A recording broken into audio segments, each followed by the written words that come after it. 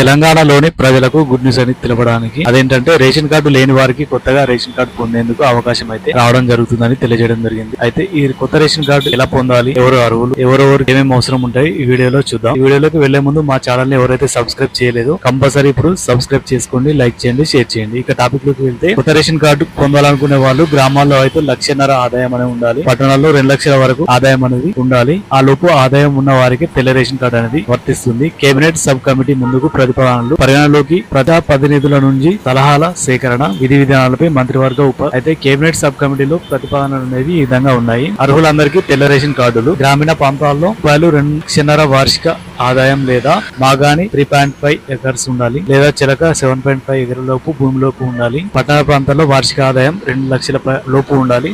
పట్టణాల్లో ఆర్థిక ఆదాయం విధి విధానాల రూపకల్పనలో ప్రజాప్రతినిధుల భాగస్వామ్యం అయితే ఉంది. ఎంపీ ఎమ్మెల్యేలు అభిప్రాయాలను పరిగణలోకి తీసుకోవడం జరుగుతుంది.